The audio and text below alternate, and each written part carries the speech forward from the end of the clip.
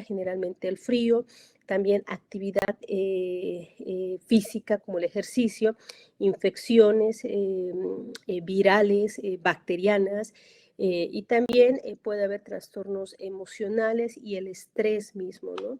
Entonces, hay muchos pacientes asmáticos, yo creo que también en el aula, que se identifican con algunos de estos factores de riesgo. Existen varios mecanismos inmunológicos que contribuyen a la obstrucción de las vías respiratorias en el asma, dependientes de los linfocitos T cooperadores y de las células innatas. Es decir, cuando hay un fenómeno que es un alergeno, este alergeno entra al organismo, esta va a ser captada por las células presentadoras de antígeno. Estas células presentadoras de antígeno la presentan en un linfocito T0, TH0, y este TH0 va a activar lo que es el TH2 en un inicio. A la activación del TH2, esta va a llevar a la liberación de lo que son las interleucinas 4, 5 y 13, que estos son los causantes de que haya una liberación, una respuesta de hipersensibilidad tipo 1 inicial, que se va a producir por la producción también de eosinófilos séricos. Va a haber una activación de los linfocitos B, va a haber una hiperproducción del moco, y esto pues va haciéndose un círculo vicioso y lleva al fenómeno de la fibrosis.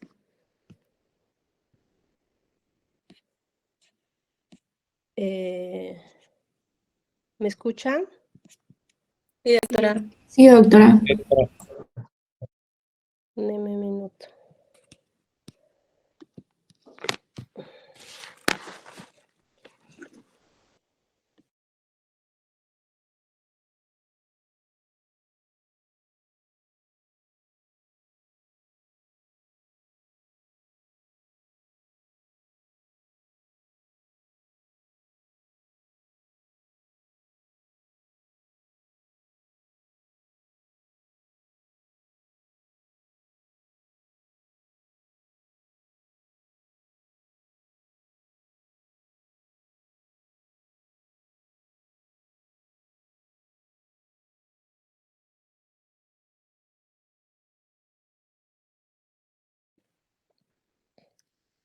Perdón, doctores.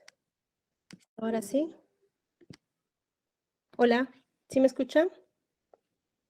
Sí, doctora. Hola. Perdón, chicos. Medio raro está aquí en internet. Ya, entonces, el bloqueo de los beta-adrenérgicos no modifica específicamente también el tono bronquial en los individuos sanos, pero esto es más exacerbado, el fenómeno de broncoconstricción en los pacientes asmáticos que tienen todos los factores de riesgo fenotípicos y genotípicos que se los conocen, ¿no? Entonces, a medida que aumenta la gravedad en estos pacientes del asma, va a haber disminuye la capacidad de broncodilatación de los receptores beta-adrenérgicos, es decir, de los receptores beta 2. Entonces, en un inicio quiero que entiendan que la vía respiratoria, tanto desde la tráquea hasta las terminales de los bronquiolos de grueso y mediano y pequeño calibre, va a haber una distribución innata de lo que son los receptores beta 2, y también hay una distribución de los receptores A1, pero en mayor cantidad y predominio son de los receptores beta 2. ¿Esto qué quiere decir? Que por esa virtud, esa capacidad que tienen de distribución, tienen un efecto broncodilatador más rápido, pero también puede activarse lo que son los receptores A1, que pueden llevar a los fenómenos de broncoconstricción en estos pacientes. Entonces, a la hora de nosotros prescribir alguna medicación, tenemos que tratar de buscar un medicamento que tenga selectividad más a lo que es el sistema de las vías respiratorias, es decir, un medicamento que no afecte tanto o que no estimule mucho a los receptores A1, sino más a los receptores B2. No sé si se acuerdan que habían, cuando vimos antiarrítmicos, vimos algunos fármacos que actuaban a nivel tanto de los receptores B2 y a los receptores A1. Estaban contraindicados en algunas patologías porque aparte de que producían el fenómeno de broncodilatación en el sistema respiratorio, respiratorio, también producían un efecto cardiológico, arritmogénico en estos pacientes. Entonces, a eso me refiero, que hay que tener en cuenta la distribución de los receptores. Hay que buscar mayor estimulación hacia los receptores beta 2, receptores beta 1, por estos fenómenos o efectos adversos cardiovasculares. ¿Listo? Ahora, a medida que el asma avanza en estos pacientes, la capacidad broncodilatadora va a ir disminuyendo.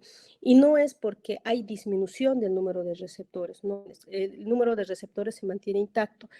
Hay es alteración de la disfunción. Estos receptores linfocíticos a nivel de la membrana lipídica empiezan a perder cierta funcionalidad y también disminuye la capacidad de activación de lo que es el AMP cíclico y se propone también que existe una activación de lo que es la fosfolipasa A2 por el aregeno a través de la movilización de los ácidos araquidónicos. Y hay una reacción inflamatoria tardía. También se ha visto otro fenómeno que es la activación de la lisofosfatidilcolina y sus metabolitos. Tiene que ver mucho lo que es el ácido araquidónico, que producen desacoplamiento entre el receptor y el adenil ciclasa. Esa es otra causa por la cual hay una disfunción de los receptores beta 2 adrenérgicos.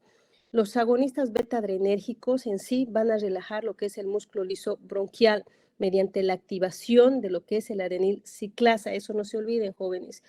Va a haber un mayor incremento de lo que es el AMP cíclico intracelular. Este mecanismo va a llevar como consecuencia la activación de varias proteínas sinasas y la fosforilación sinasa y la inactivación misma de estas.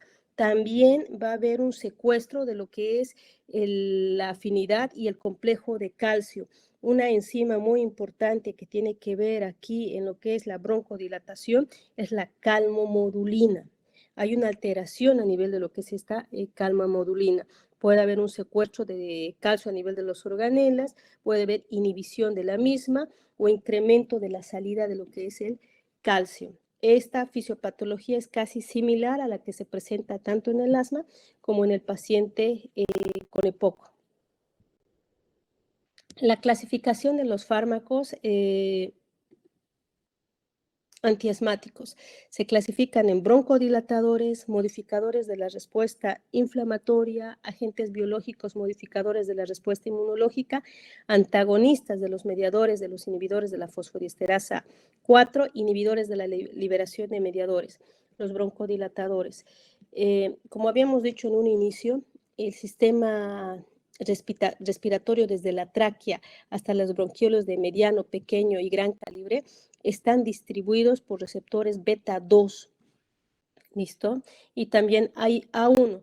Entonces, justamente estos medicamentos como el bromuro, dipratropio, tiotropio y teofilina son medicamentos con mayor carga, tienen mayor selectividad para este tipo de receptores beta 2, provocando la relajación de lo que es el músculo liso y la activación de lo que es el fosfato inositol y la liberación de lo que es el calcio, ¿ya?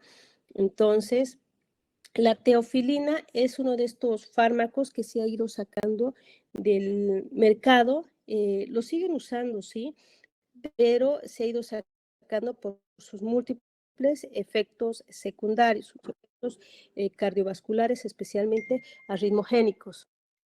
Ahora, los modificadores de la respuesta inflamatoria, entre estos se encuentran los corticoides de acción corta, las de acción larga, los modificadores de los leucotrienos, los más conocidos telucas, el safirlucas, los agentes biológicos modificadores de respuesta inmunológica. Estos, por ejemplo, son anticuerpos monoclonales. Entre estos se encuentran el molizumab, que es uno, el amolizumab y los receptores solubles. Por ejemplo, estos medicamentos, que son los anticuerpos biológicos, se usan ya en última instancia, cuando estamos presentando lo que es un estatus casi fatal. El estatus casi fatal se caracteriza por la forma más grave de presentación clínica del paciente.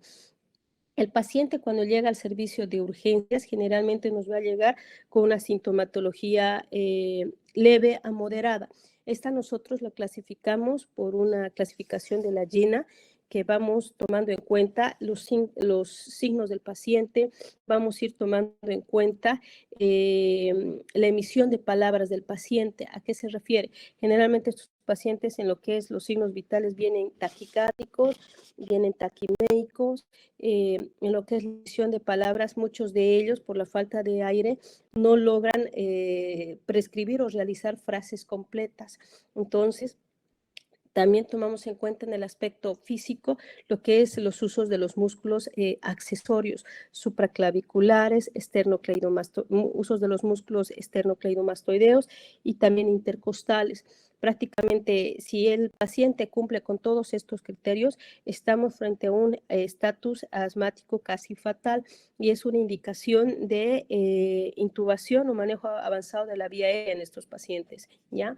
Y generalmente estos pacientes son aquellos que presentan refractariedad ya al tratamiento, es decir, que el hecho de que demos una monoterapia con broncodilatadores o una monoterapia con corticoides no les hace ningún efecto.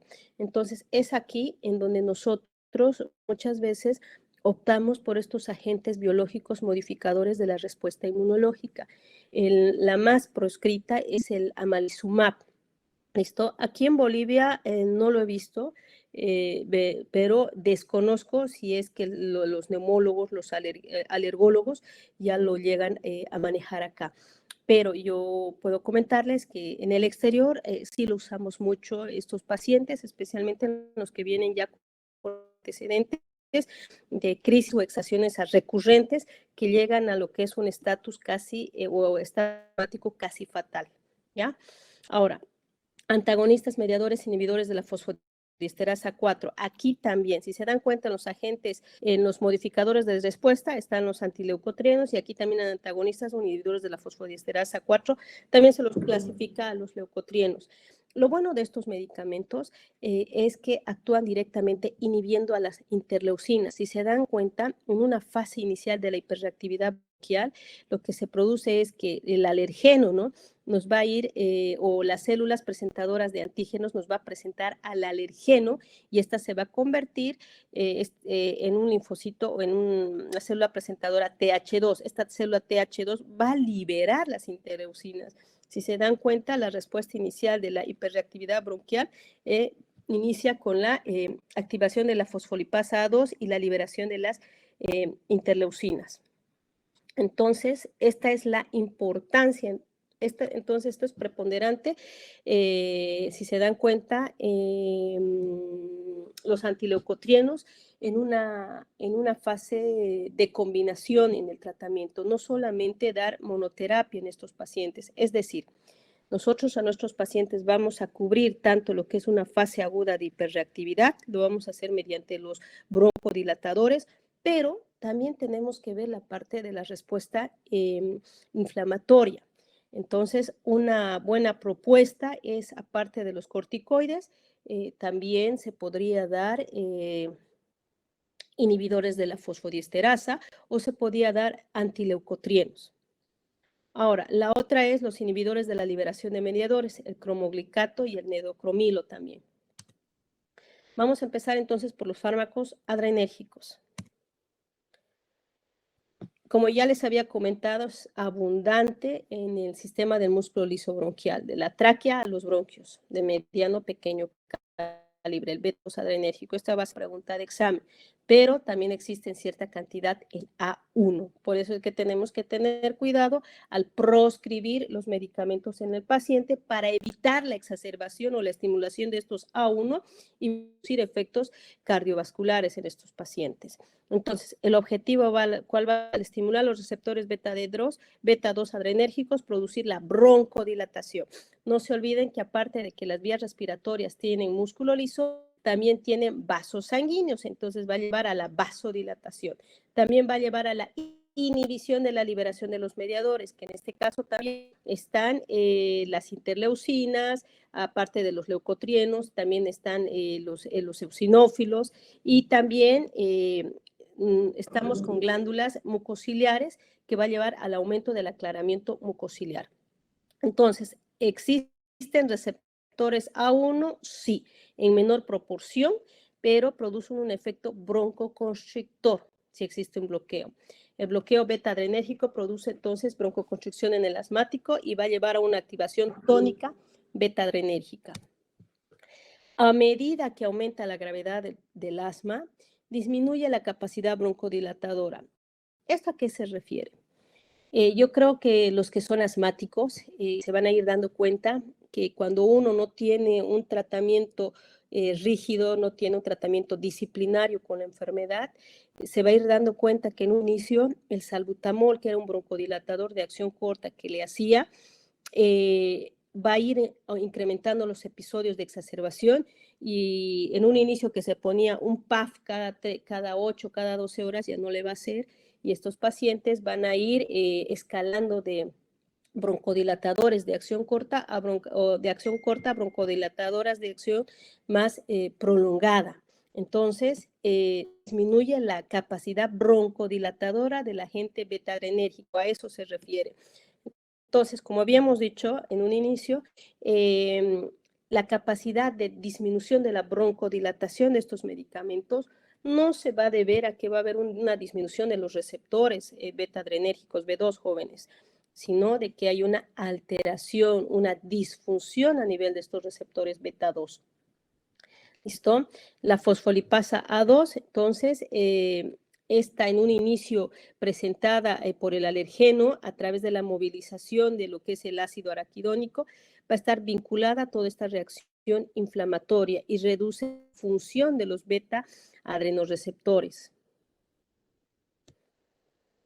La lisofosfatidilcolina y los metabolitos del ácido araquidónico van a producir un desacoplamiento de los receptores adenil ciclasa y la elevación del AMP cíclico intracelular.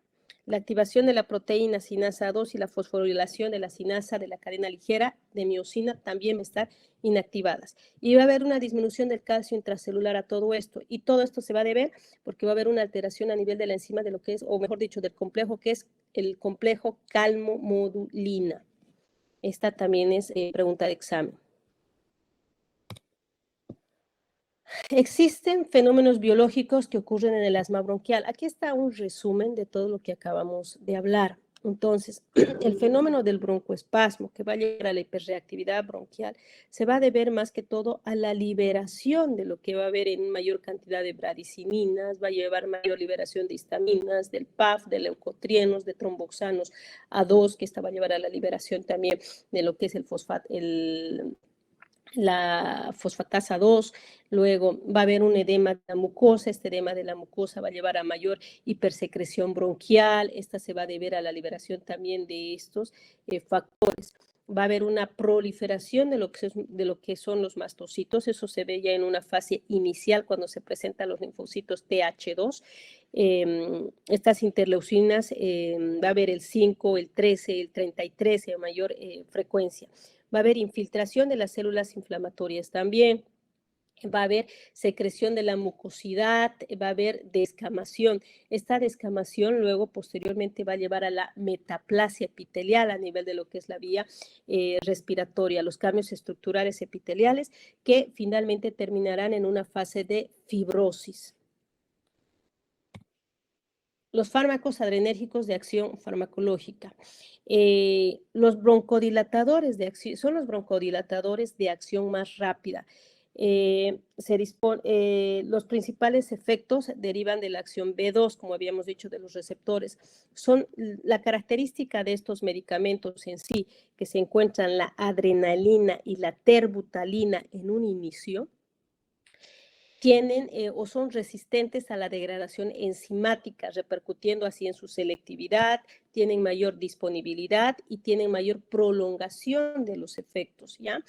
Estos medicamentos, como es la adrenalina y la terbutalina, han ido poco a poco dando a mayores, se han ido sacando de estos medicamentos otros derivados. En estos derivados podremos mencionar el salbutamol, el albuterol, que posteriormente fueron saliendo al mercado. Entonces, Estos medicamentos, como ya habíamos comentado, van a provocar una broncodilatación de las vías respiratorias. Este efecto broncodilatador va a aumentar con la dosis, pero por una dosis máxima varía la función del cuadro clínico.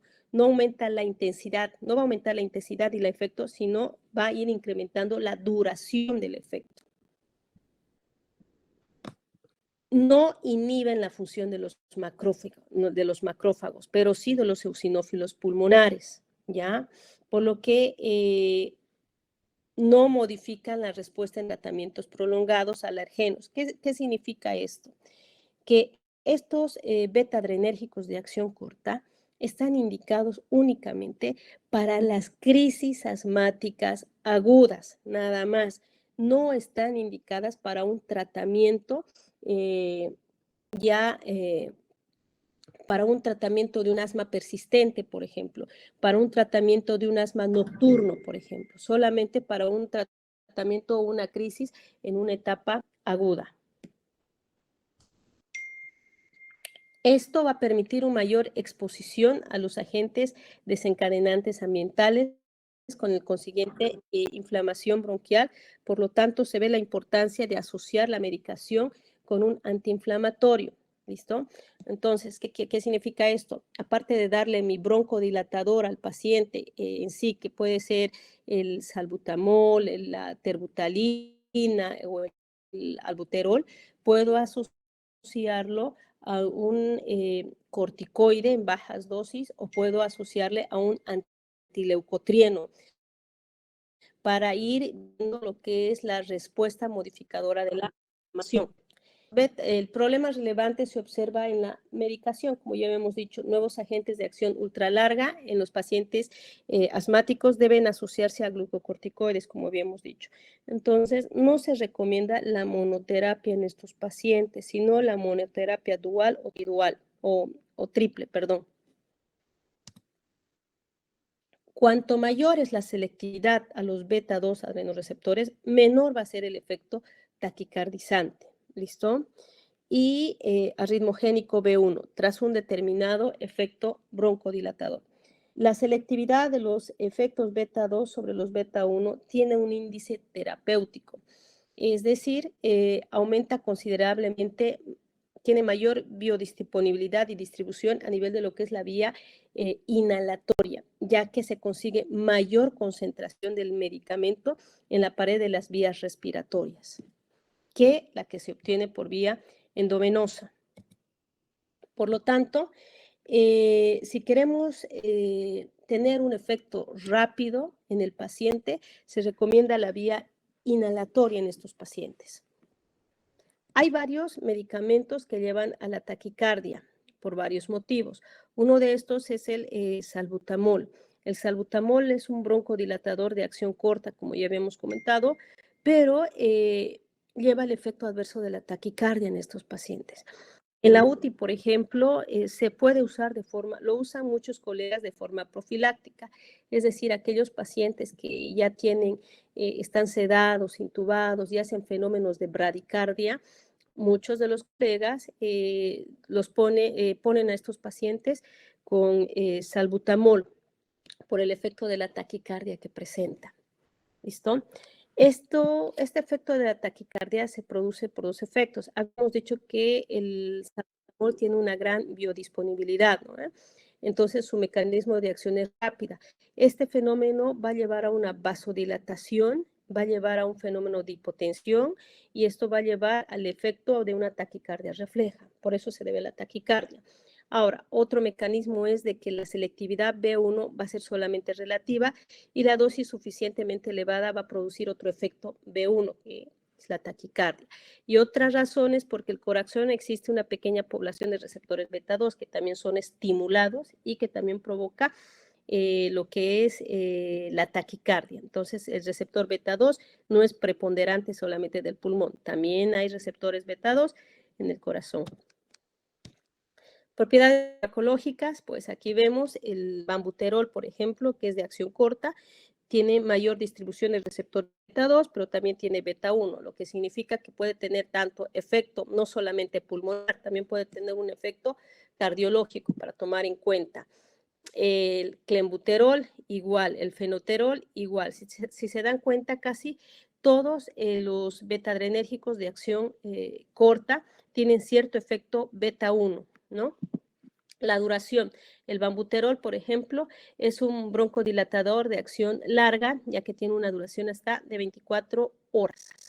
Ahora, el de acción corta puede ser el fenoterol de 4 a 6 horas, el carbapenem de 6 a 8 horas, el salbutamol de 4 a 6 horas, la adrenalina de 4 a 6 horas. Las vías de administración, pues como ya les había dicho, la inhalatoria tiene mejor distribución. Ahora, la vía oral, la vía endovenosa, sí se da en los pacientes que se administra, pero el efecto es que produce mayor efectos secundarios que la inhalada. La inhalada es más segura. Aparte, los medicamentos en el ya vienen dosificados para disminuir el efecto, los efectos secundarios en los pacientes, a diferencia de los pacientes en los que se usa la vía endovenosa o la oral, que no se llega a precisar con exactitud la dosis tope, que a veces no pasamos de la dosis endovenosa, llegamos a producir los efectos secundarios, especialmente los cardiovasculares. Ahora, la vía inhalatoria tiene algunos efectos, pero son efectos mínimos, como por ejemplo la micosis se llegan a manejar en las cavidades orales. Características de los adrenérgicos vasodilatadores, ¿ya? Entonces, tienen las de acción corta, el salbutamol, el aldosterol, el fenoterol, la terpitalina. La farmacodinámica va a ser de 4 horas. Su principal utilidad va a ser en los ataques agudos. Ojo, examen. Si yo les pongo medicamentos que producen efecto rápido, efecto con los pacientes con crisis asmática aguda, después puedo poner ahí corticoides, después puedo poner prácticamente estos beta-adrenérgicos de acción corta. Entonces, solamente es el salbutamol, aldosterol, fenoterol, la terpitalina. ¿Listo? Ahora, nosotros en la parte clínica también manejamos el salbutamol, no solamente para la crisis asmática aguda, también tenemos otro efecto. Por ejemplo, en las pacientes renales, ¿se acuerdan que hemos dicho las fases terminales no inhalan prácticamente una uresis?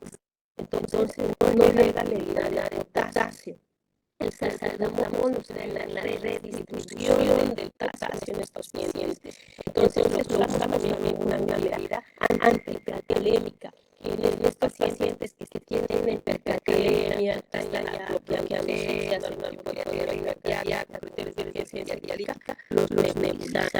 los nebulizamos con salbutamol, los nebulizamos a una frecuencia dada 4 horas en los pacientes, pero con el objetivo de ir disminuyendo el potasio, ¿listo?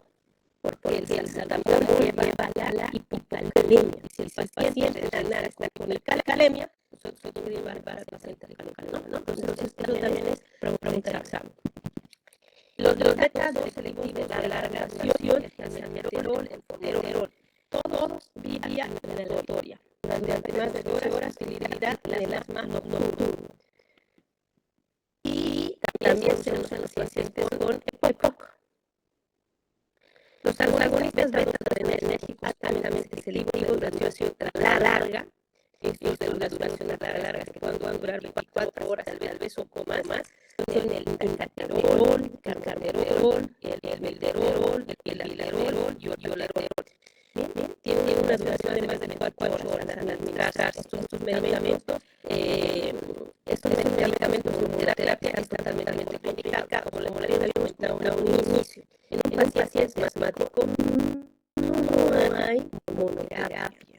Lo que se trata es de dar una terapia dual, una terapia con 3 medicamentos.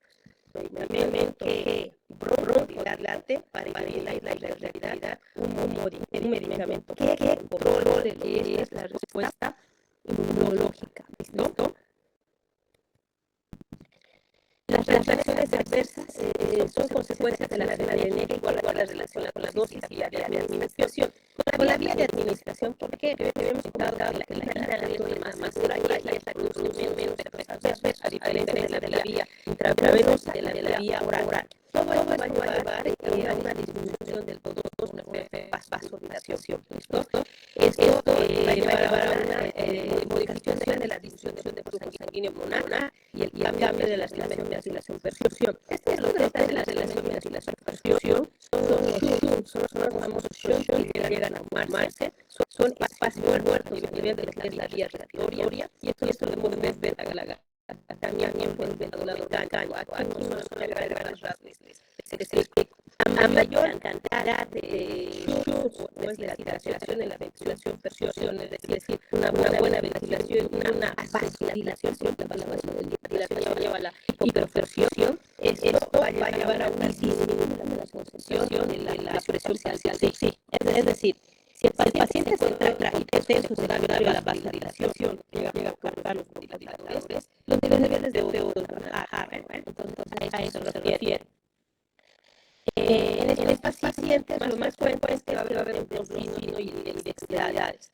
Va a haber una taquicardia, repito, la taquicardia va a ser por efecto de los receptores beta-1, ya que habíamos dicho no solamente receptores beta-1 en el pulmón, también hay en el corazón. Va a haber a nivel del sistema nervioso central que pasa la barrera encefálica, intranquilidad, nerviosismo, por vías cutáneas son más frecuentes los efectos cardiovasculares. Yo la verdad sí me he visto tanta concentración por vías cutáneas en Bolivia. La vía B son más frecuentes las arritmias, especialmente la tiopiolina. Todos los angina llegan a productos cardiovasculares en el paciente.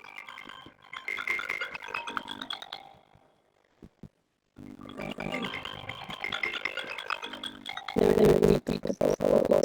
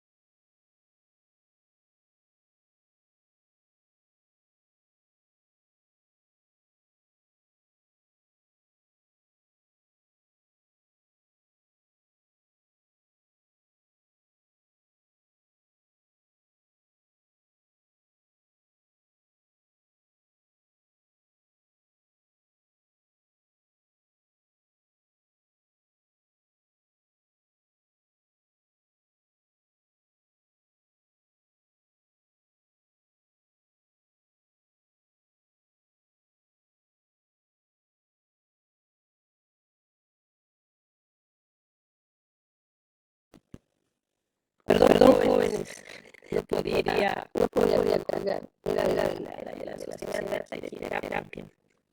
Entonces va a haber un curso, sí me escuchan, ¿no? Va a haber un curso a nivel internacional. Entonces estamos trayendo los mejores expositores a nivel internacional. Tanto de la parte de la ventilación mecánica como de la parte neurológica. Entonces, estamos muy buenos para venir sin eminencias aquí bueno, la sede de años en Santa Cruz, aquí. Entonces ahí les voy a estar mandando para mandarles los links, ¿listo? Nunca he hecho ese tipo de simposios en Bolivia, porque generalmente estamos acostumbrados a gente, digamos, países vecinos, pero no gente de Europa, no gente de Estados Unidos, menos de Centroamérica. Estamos en eso ahorita para confirmar que sí van a venir muchos de ellos. Ahí el link los voy a pasar jóvenes, ¿listo? Pero esto se tiene para el mes de septiembre todavía. ¿Sí me escuchan? Sí. Ya. Perfecto. Entonces, continuamos chicos con el tema, ¿ya? Entonces, no se olviden que los broncodilatadores siempre me van a llevar de sus alrededores, van a ser cardiovasculares, van a nivel del sistema nervioso, especialmente las más arritmógenas son la norepinefrina y la amoxicilina. Ahora, cuando nosotros hablamos de broncodilatadores de acción corta, muchas veces nos preguntamos cuando no tenemos tratamiento un tratamiento disciplinado, ¿por qué el medicamento ya no funciona? ¿Por qué si antes la dosis era solamente me daba un BAFA o 2 BAFA, ahora necesito 6 o 8 BAFA para tratar de mejorar la sintomatología? Mucho de eso se debe de que las pacientes hacen un fenómeno de tolerancia, disminuye la eficacia del medicamento. Y esta ineficacia muchas veces es progresiva. Se debe a una alteración de la sensibilidad de los receptores beta-2. ¿Se acuerdan que habíamos comentado en inicio? No va a haber disminución de los receptores beta-2, va a haber una disfunción de los receptores. Va a haber una alteración de la concentración de calcio, es decir, de calmomolina, también lo vuelvo a repetir. Entonces, todo eso va a llevar a una ineficacia progresiva y al fenómeno de la tolerancia a los pacientes.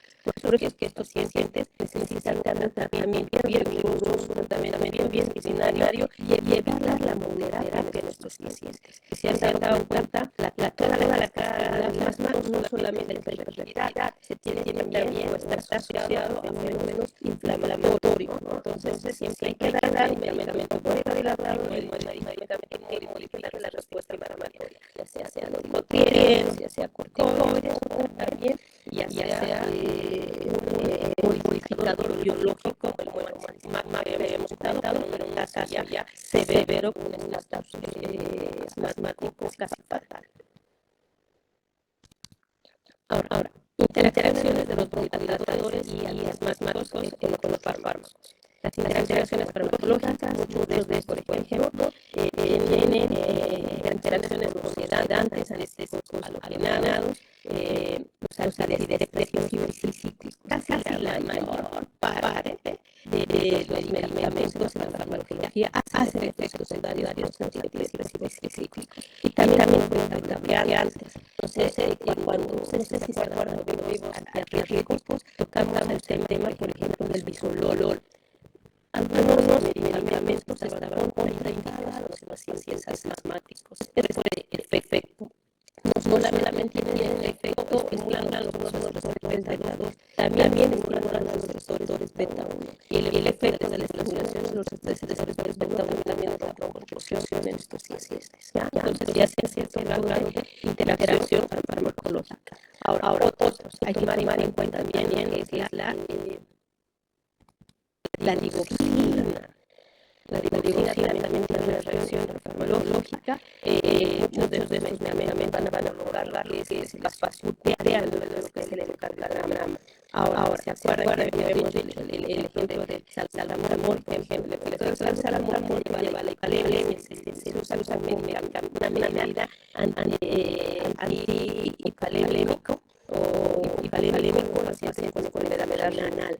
Entonces, tienen cierto efecto farmacológica. ¿Listo? Ahora, también se ha visto que parte de los neurolecos también con los medicamentos para el Parkinson y también con los antidepresivos que había mencionado aquí no se ve bien, pero aquí también hay otra, por ejemplo la teolina, tiene interacciones farmacológicas con la nicotina, con la dinadifina, el romulaz, que es un inhibidor de las fosfodiesterasa 4, voy a comentar más adelante. También tomar en cuenta, esto quiero que me tomen en cuenta. Si vamos a iniciar, por ejemplo, los medicamentos, salbutamol, por estos bronquidilatadores que por ejemplo acción larga, espacios renales, espacios cardiópatas, hay que tomar en cuenta los niveles sérios de potasio. Imagínense que el paciente esté con salbutamol o alvedol o algún bronquidilatador de acción larga y que tenga potasio bajo. Si estoy diciendo que usan esos medicamentos para restituir el potasio, si el paciente está en un potasio de 2 y yo le voy a dar el alvedol o el salbutamol, su potasio le va a bajar a 1 y me va a hacer una arritmia más exacerbada. Entonces hay que tomar en cuenta estos detalles en los pacientes. Si vamos a manejar bronquidilatadores de larga acción corta, hay que ver el nivel sérico de potasio de los pacientes. Especialmente los que tienen muchas enfermedades, muchas comorbilidades. Los pacientes jóvenes sí no hay eso. ¿Listo? No se ven esta interacción, sino los pacientes con muchas comorbilidades sí. Aplicaciones terapéuticas, el incremento de las necesidades de la acción de energéticos es un indicador para el médico de un control inadecuado de la enfermedad y la necesidad de intensificar el tratamiento antiinflamatorio. Los beta-bloqueadores de negociación corta inhalada están indicados, esto es un examen, para las crisis de exacerbaciones agudas. Pueden estar indicadas unas mediante leve su uso para una inducido por el ejercicio, es decir, el salbutamol, el alvedol, todos los beta-bloqueadores de acción corta están indicadas para las crisis agudas, para las crisis inducidas por ejercicios.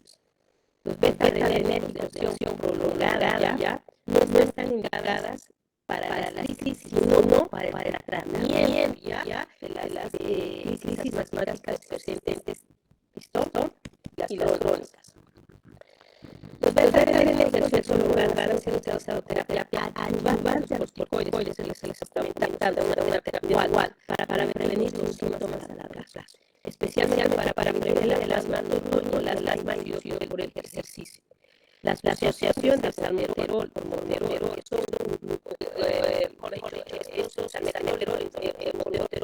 son beta-adrenérgicos de acción larga, los coadyuvan con los glucocorticoides y la fijación y la estabilidad. Ese es el tratamiento para el asma persistente y ese tratamiento está dando también para los pacientes con EPOC. Actualmente se está dando bronquidilatadores de acción corta más glucocorticoides en los pacientes. Cuando los síntomas no van a ser prolongados, entonces bajas, moderadas, los corticoides, se debe asociar a una beta-adrenérgico de acción larga. Es decir, que todo va en función de esto. Voy a dar bronquidilatadores de acción larga más glucocorticoides inhalados. Los beta-adrenérgicos de larga duración carecen de acción inflamatoria y no deben utilizarse como terapia, eso lo dicen de flores. El tratamiento de las crisis asmáticas agudas, beta-agonistas de acción corta se administran en aerosol, nuevamente en el examen yo les voy a poner tratamiento o administración del alvedol y bebé, obviamente me va a estar mal, o sea, hay mayor distribución del medicamento todavía inhalatorio, no se olviden de los jóvenes. En caso de la eliminación parenteral subcutánea B, ese ya que el acceso bien al alrededor está reducida la propia obstrucción social, ¿no? Tratamiento del efecto entonces faceta de la exposición larga que ya habíamos dado y incluso puede ser una larga. Pero que ustedes pongan el tratamiento de una persistente grave que es dos alimentos de larga, ya sea salmeterol o perol, asociado a un corticoide, pues esa es válida. Entonces, para que lo tomen en cuenta. Si yo pongo monoterapia, no, siempre es tratamiento anual. Vías formas de administración.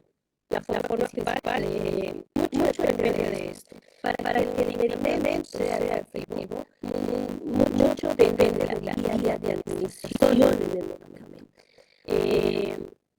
Esto de los que son aerosoles PAPA es buena medida, pero se había visto que solamente el 10% de los medicamentos tienen una buena absorción, no una absorción en la totalidad. Y esto hace de veces en los estudios y los análisis de los pacientes no saben aplicarse el medicamento. Y porque no saben, porque el médico lo que lo prohíbe, no se los explica muy bien.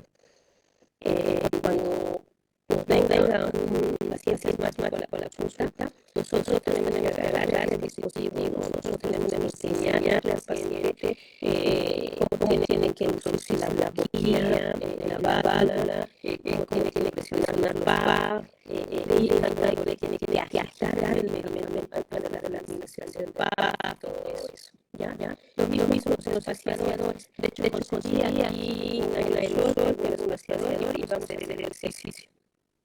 Todo esto que hacemos de nuestra forma correcta va a llevar al paciente no incluye o no haga escalamiento de fármacos. No olvidemos que estos fármacos son carísimos. Si el paciente va a tratar con simples medicamentos aerosoles, vamos a necesitar de otros medicamentos aerosoles más costosos, vamos a necesitar incluso de actividad activadores biológicos que son más costosos aún. Entonces, todo esto, si le recetamos al paciente alladamente, va a ser de que el fármaco llegarían a altas concentraciones hasta las paredes bronquiales. Y se consiga un buen efecto local y disminuir los efectos secundarios endémicos. Aquí está. A ver.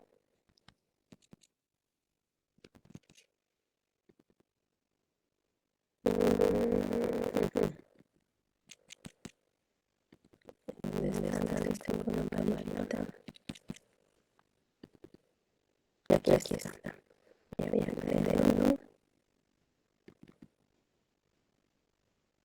Ya. ¿Me ven, jóvenes? ¿Sí me ven? Ya. Este, por ejemplo, es un medicamento especializado. Yo soy asmática, por eso tengo.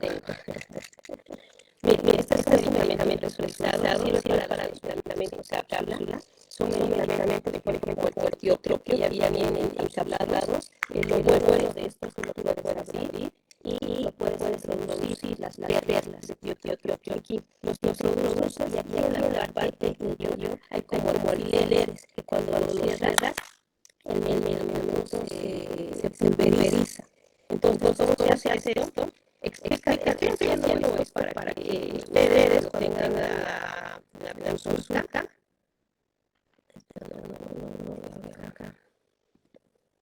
Cuando ustedes estén en la consulta, ustedes les van a conectar a cada paciente. Porque si ellos muchas veces se compran el medicamento los pacientes, pero no saben usarlo. Se ponen así lo absorben, ya digamos, no es perfecto. Entonces, ustedes siempre lo limpian con la familiar, lo limpian bien, con un meten la tablita, lo cierran, la boca tiene que estar bien hermética. Es así. Ahí, lo que ustedes hacen es inhalar. Traten de inhalar 3-4 segundos. Inhalan y retienen. Retienen unos 3-4 segundos también. y ven el efecto. El efecto es inmediato. Es muy diferente que ustedes lo pongan en el medicamento, lo perforen por los alfileres que tienen aquí.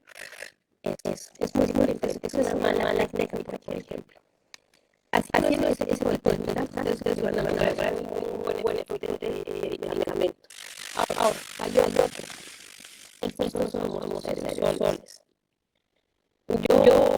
Yo la verdad aprendí a usarlos porque yo soy asmática, como digo, pero nadie explica, nadie enseña, digamos, ¿no? A la hora de dar, comprar o administrarse, siempre va a requerir como unos 3 a 5 segundos. Luego de dar el medicamento, nosotros lo que hacemos es estirar, metes la guía, cierras meramente y tratas de absorber, inhalar lo que más puede durante un lapso de 3 a 4 segundos. Y retienes. Si haces esta técnica, el efecto es más rápido.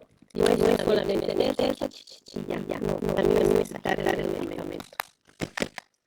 Ahora, hay otro. Esta es la técnica apreciadora. Como se había visto en los grandes análisis, no solo hablarlos. Esto es así, hay que trabajar acá un poquito, lo largo un poco en el momento. Pero, como se ha visto anteriormente, llamando la atención a la guía China, les hablo de unos 5 años atrás, que comentaban por qué medicamentos vienen de la toxicidad, y si había visto la vida de la mejor. No una misma terapeuta y solamente está reabriendo 10%. Entonces lo que ellos hicieron fue, no, es una mala técnica del paciente, el paciente no sigue todo lo que le indica, y dos, podemos dejar esa y podemos irnos en el anestesiador. Entonces actualmente lo que hacemos es el anestesiador. Como funciona, ustedes le ponen esta un poco medio la mía, porque lo lavo siempre. Entonces agarran esto, destapan, y lo ponen acá. Eso es ahí. Eso funciona así. Obviamente que ustedes lo van a agitar. Lo agitan, lo ponen, esto va así, y dos disparos. Un disparo, como les dije, ¿no? Inhalas el medicamento. Todo lo que puedas. Y el otro disparo. Y ya. El efecto es rápido. Se ve la sensación de la disminución de la realidad bronquial. Entonces, prácticamente antes no usaba esto, solamente lo veía el resultado del monólogo, pero no veía el mismo efecto. Ya con el anestesiador, sí. Y con el anestesiador incluso logré disminuir el número de crisis, porque antes era al mes con 2 crisis, y era jodida. Pero ahora casi no tengo desde hace 3 a 4 crisis. Entonces, mucho depende también de la forma en la que lo vayas administrando, y también explica al paciente. Si ahorita les propongo para que ustedes en la consulta externa se sepan explicar a los pacientes, se sepan ganarse a los pacientes. Como dicen, la espera sana, ¿no? Lo mucho mejor. Ya. Entonces, continuamos. Entonces, ya habíamos dado. La otra es las negociaciones. Las negociaciones se hacen en el ambiente hospitalario. Generalmente vienen en el salbutamol o la unidad, vienen en ampollas. Nosotros hacemos un conteo de PCC, 30 gotitas, por ejemplo, de salbutamol, y lo dividimos en 3 sesiones de solución biológica, donde utilizamos a los pacientes. Esto dependiendo de la severidad, si el paciente está con una crisis más moderada, vamos a empezar a dar a las pacientes cada 4 horas, ¿listo? Pero muchos de ellos tienen el efecto de la taquicardia. Entonces, si el paciente dice, como se dice, no, doctor, el salbutamol me provoca mucha taquicardia, entonces solamente puedes nebulizar como un antihistamínico, pues en este caso la Ibuprofen, conjuntamente con el corticoide, la budesonida, la budesonida la tenemos por forma de, ¿cómo se llama? De Budecort. presentación de las miren, corta, que vienen en ampollas. La siguiente, ahí está, lo que habíamos comentado. Esta es la forma, ¿ya? Entonces, la vía oral va a ser menos efectiva que la vía anatomía, no olviden. La principal investigación para el tratamiento crónico en pacientes pueden ser la vía inhalatoria, no tienen el nebulización. Eso es para los pacientes prácticamente, como aquí dice, no tienen el nebulización en casa, o son pacientes, por ejemplo, tienen antecedentes de UCA, de la vía respiratoria, son pacientes que no pueden colocar los nebulizadores, o son pacientes, por ejemplo, neurológicos en estado vegetativo, no van a colaborar. En ellos sí se puede eliminar la vía oral, imprimir y el otro es la sistémica o la parenteral. Pero son las que nos traen más efectos adversos. En el tratamiento glucocorticoides, el objetivo va a ser entonces conseguir un efecto terapéutico prolongado. Es decir, si yo me administro el glucocorticoide solamente por semana, solamente por hoy, mañana funciona. El efecto máximo va a ser cuando nosotros vemos continuidad del tratamiento, ¿ya? Entonces, los corticoides vienen del antiguo córtex, corteza y esteroides. Son una variedad de los esteroides, producidas por las glándulas renales y derivados, tienen el efecto glucocorticoide y mineralocorticoide. En este caso, vamos a hablar del efecto glucocorticoide. Como actúan, van a agregar la membrana celular fosfolipídica por su composición lipídica, se unen a los receptores del glucocorticoide plasmático, tienen dos efectos, van a aportar un efecto genómico y un efecto no genómico. El efecto genómico generalmente alterando lo que son la transcripción del ADN, y el efecto genómico va a ser más tardado. El considerar el asma como una enfermedad respiratoria bronquial ha representado ampliamente el tratamiento. Si se dan cuenta, no solamente es realidad bronquial, sino es un tratamiento inflamatorio. Y el tratamiento actual va a inhibir que es la liberación de lo que son las hemoglobina, más cíticos, los leuquienos, las ocinas. Todo ello ha llevado al buen tratamiento. Su eficacia entonces tiene buena eficacia en la intención de una bronquitis crónica y en el edema es mucho menor. Entonces, este tratamiento no solamente va a funcionar para los asmáticos, también para los que tienen bronquitis crónica y también para los pacientes con EPOC. Efecto asmático y mecánica de acción de los corticoides. En dos dosis única no logra la respuesta inmediata que habíamos comentado. Necesitamos una continuidad. ¿Listo? Obviamente hay que tener cuidado, no es cuando nosotros vamos a cargar un tratamiento de corticoide inhalatorio, hay que lavarnos bien antes y después, digamos, porque el medicamento a veces se deposita en la cavidad oral y puede llegar a abordar los mucosis, ¿ya? Entonces, bloquear la respuesta inflamatoria tardía y la hiperreactividad bronquial no es una respuesta inmediata. Inhibe la infiltración monoarterial de las glándulas inflamatorias. La acción antiasmática aguda tras dos dosis única no es inmediata. Tiene que transcurrir un periodo de 4 a 6 horas para que se manifieste la reacción, la desaparición de la recesión. La reacción de la hiperreactividad bronquial es gradual, requiere meses de tratamiento que requiere de continuidad. No hay una liberación de mediadores de masivos, si lo hace es eso que no es lo demás, no sino muchos medicamentos tratan de la realidad, las respuestas mediadoras de laboratorio nos dicen van dirigidas a los masivos. En este caso, no los corticoides solamente van dirigidos a los macrófagos y a los sinófilos, también es una vulnerabilidad de examen. La administración de corticoides va a reducir la respuesta inmediata de quien previene el asma provocada por los ejercicios. A la larga, reduce la pérdida de los citocinas respiratorias y disminuye la producción de las toxinas como la interleucina 3. reducen la extravasación microvascular, reducir la extravasación microvascular, van a disminuir la dispersión bronquial de alguna manera directa. Inhibe la infiltración pulmonar, esto explica la utilidad de los ticoides en la fase tardiana de la reacción asmática. ¿Listo? Entonces, pregunta de examen. Por ejemplo, los vasodilatadores de reacción corta, estas tienen una utilidad en fase temprana, inhibiendo la responsabilidad tipo 1, mediada por la hemoglobina E y también los macrófagos, no los nocitos.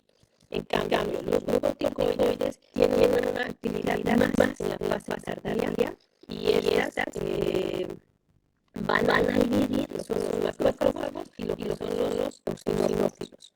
Con un tratamiento continuo van a producir una reparación de lo que es el electrolio y van a disminuir el fenómeno de la hiperreactividad bronquial. Características.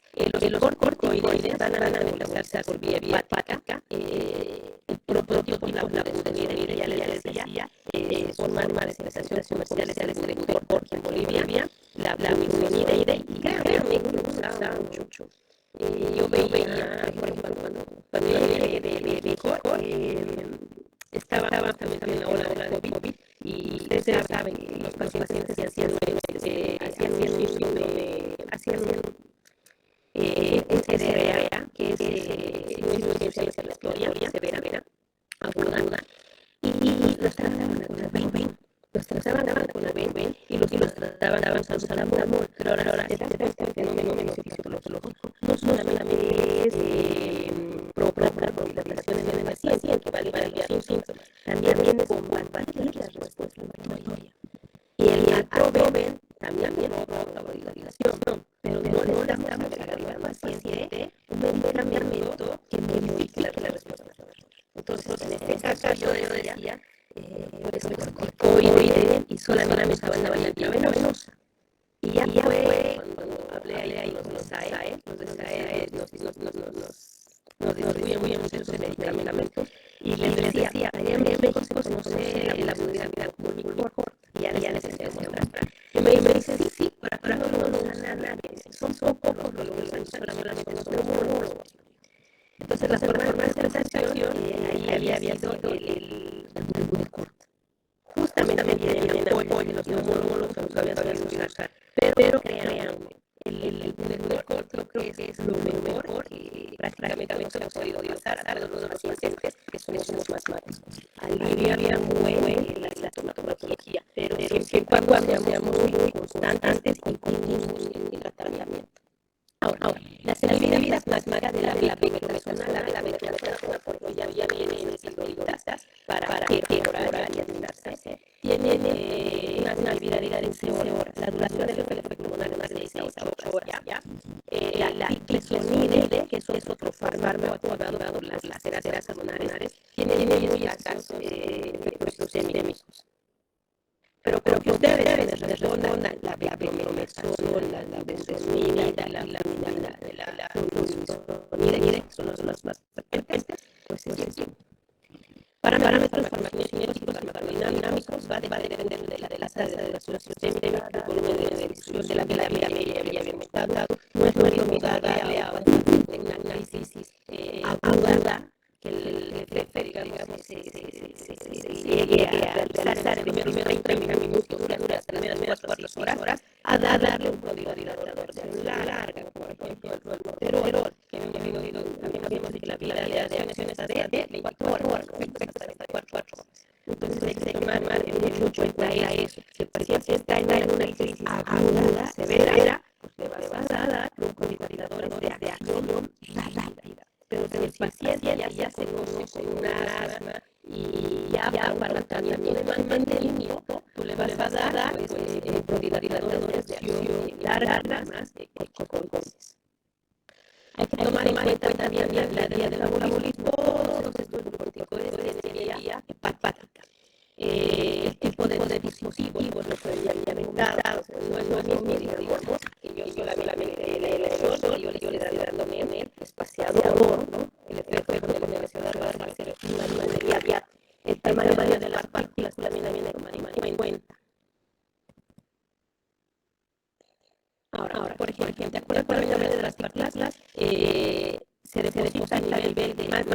micrómetros en la faringe, por ejemplo, 0,5 en los alveolos, y se exhala al detectarse los pulmones, 1,5 en las vías respiratorias finas, van a ser más eficaces. La biodisponibilidad va a depender de la dosis diaria empleada, va a depender de la duración del tratamiento, va a depender de la frecuencia de administración. No es lo mismo, digamos, un paciente con un asma moderado, pero que se esté administrando, por ejemplo, un broncodilatador solamente cada 4 horas, cada 8 horas. Entonces, mucho depende de la frecuencia para llegar al efecto terapéutico deseado. La potencia son generalmente metasona, más que una notificación para potenciar el efecto. Si sonida también puede dar el monoclonal de metasona, puede dar la forma activa del propionato de metasona y la flaxonida. Entonces, de todos estos, los que nosotros, por ejemplo, manejamos más en terapia intensiva es la budesonida. Ahora, hay otros, el salbutamol, por ejemplo, nosotros conocemos como levosalbutamol. Es la dosis óptima de solamente el salbutamol. 3 veces más el salbutamol, levosalbutamol. En sus medicamentos nosotros damos a los pacientes en un estado asmático casi fatal. No se olviden. Lo peor que le puede pasar a un asmático es llegar a la fase de la asmático hasta la intubación. Entonces, ahí sí damos levosalbutamol, también la fluoxetina en dosis altas. Los efectos adversos de los corticoides pueden provocar efectos oftalmológicos, pueden provocar, por ejemplo, disregulaciones en el ritmo circadiano, pueden provocar alteraciones en la presión de la glándula pituitaria, puede provocar también osteoporosis que ya a la larga. Puede, por ejemplo, en un paciente diabético, un corticoide, por ejemplo, puede incrementar la hiperglicemia, sí lo puede hacer. El paciente es inmunosuprimido, puede adquirir, por ejemplo, la mayoría de sus infecciones puede hacer. ¿Listo? Aplicaciones terapéuticas, la dosis diaria, por ejemplo, la budesonida y dosis saturadas. De 200 a 400, por ejemplo, la budesonida, la dosis de 400 microgramos en adultos, viene con el famoso Rodin, que es la forma de expresión. Es muy bueno el Rodin, pero el efecto es que si tú no lo sigues, el efecto se puede guardar cosas en la vida. Entonces es necesario siempre tener un buen aseo dental y uno, si vas a salir esto, pues no estar siempre en contacto con pacientes, por ejemplo, tengan factores de riesgo como pacientes TB, pacientes VIH, por el riesgo de infecciones sobreasiadas o infecciones oportunistas, ¿no? Que puede llegar prácticamente a contagiarte, porque pone la dosis alta de corticoides, pues quieras o no, seas paciente inmunosuprimido.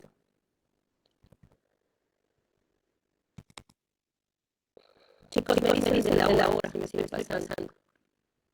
¿A qué hora era la clase del FD2?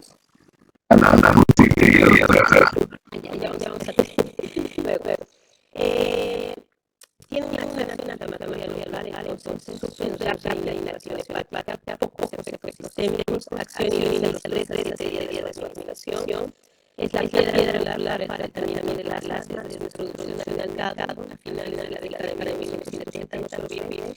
Entonces, los corticoides van de la mano con vasodilatadores. Ahora, si en el caso hipotético yo fuera una zona beta, yo fuera una zona con un tratamiento muy irregular, o frecuentemente estuviera visitando el servicio de urgencias o hago situaciones ¿qué es lo peor que puede pasar? Entonces, obviamente soy asma más. Obviamente que en mí no funciona el tratamiento. Sí funciona el tratamiento con corticoideo, pero me va a llevar a un límite más de glicemia. En este caso, lo que me da como una solución es el antiloprienos, que también se había visto que tiene muy buen efecto terapéutico con los pacientes. ¿Ya? Sí me dieron el párpado, ¿no? Hola. Sí, Entonces, paciente diabético, paciente con mal control glicémico, no ven el corticoide, anti-leucopenia asociada a broncodilatadores. Ya, entonces van a disminuir la inflamación de las vías respiratorias, van a disminuir las exacerbaciones, van a hacer los corticoides, disminuir síntomas, van a mejorar la función pulmonar, disminuir los episodios de irritabilidad bronquial. ¿Listo? Ahora estamos con fármacos anticolinérgicos. Esto lo vamos a dejar para la próxima clase con jóvenes. ¿Alguna duda?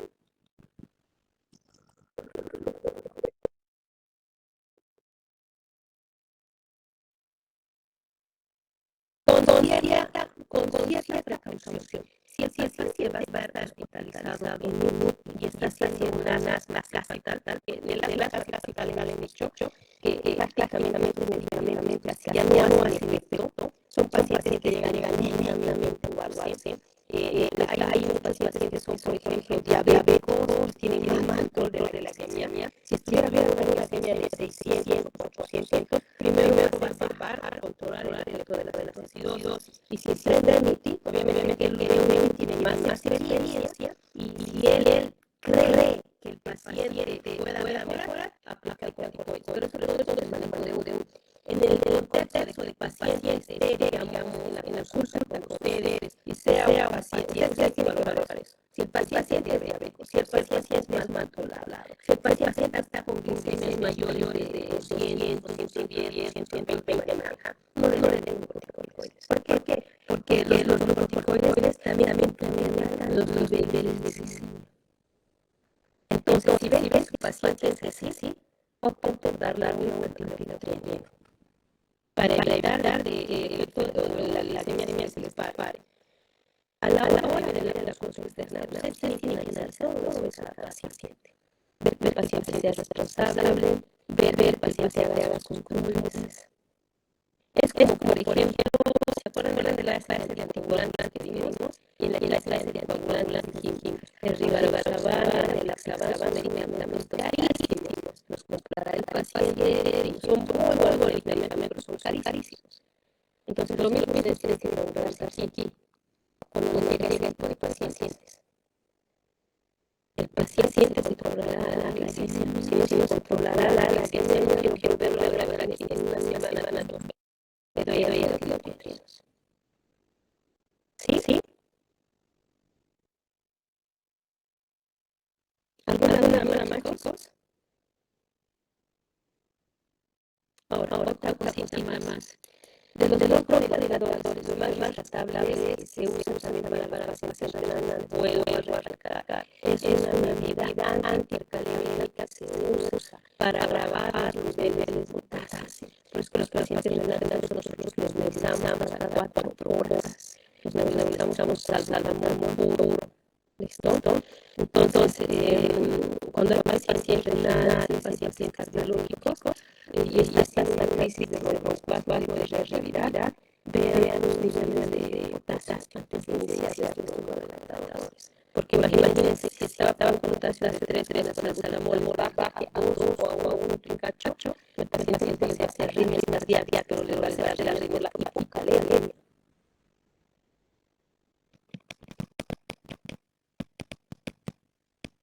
¿Alguna más, doctores? Doctora,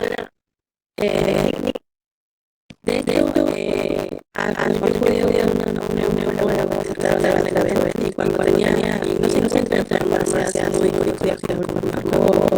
por ejemplo, y di cuenta que la de usación es mucho más efectivo que el anterior que usaba. Había mejor por la calidad de vida con él, ¿no?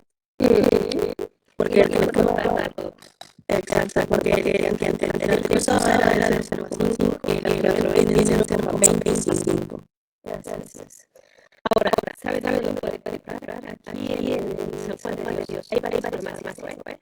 Sí, ahí es más barato y hay varias formas. Hay varias presentaciones. Vienen gotas, vienen sólido igual. En gotas nosotros lo usamos en las casos de una crisis asmática digamos. Ahí solamente para controlar un rato de crisis, para el broncoadilatador. Pero ya para el efecto de mantenimiento, donde le dan agua, o tenemos los anticoides.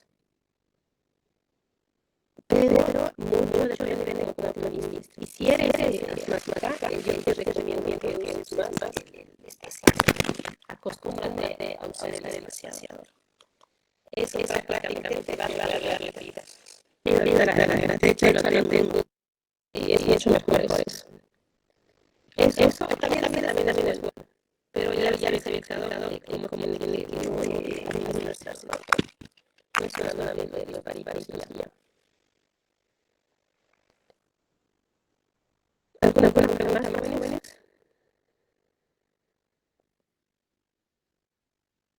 Bueno, chicos. Entonces, nos vemos en la próxima clase. Esta semana tendría que ir orientando. Bueno, la otra semana me van a integrar el tema de los sistemas respiratorios y el tema que se va avanzando para no retrasarnos. Porque yo estuve ahí prácticamente echándole las partes de la elección de semana, es para que termine en tiempo forma y cuando toque las vacaciones, pues se vayan ya tranquilos, no estén con ambiente de que, ay, porque lo que no es, no. Entonces terminar en tiempo forma. ¿Listo? Bueno, pues, doctor, nos vemos entonces la próxima y